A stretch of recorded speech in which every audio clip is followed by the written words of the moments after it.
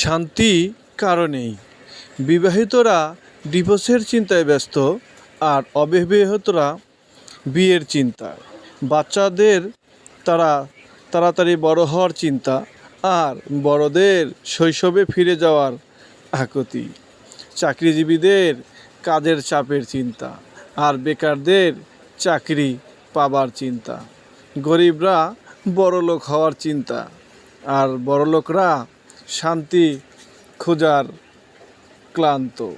জনপ্রিয় ব্যক্তিরা লোকালয়ের ঠিকানা খোঁজে, আর সাধারণ লোকেরা জনপ্রিয় হওয়ার জন্য বিভোর হয়ে পড়ে।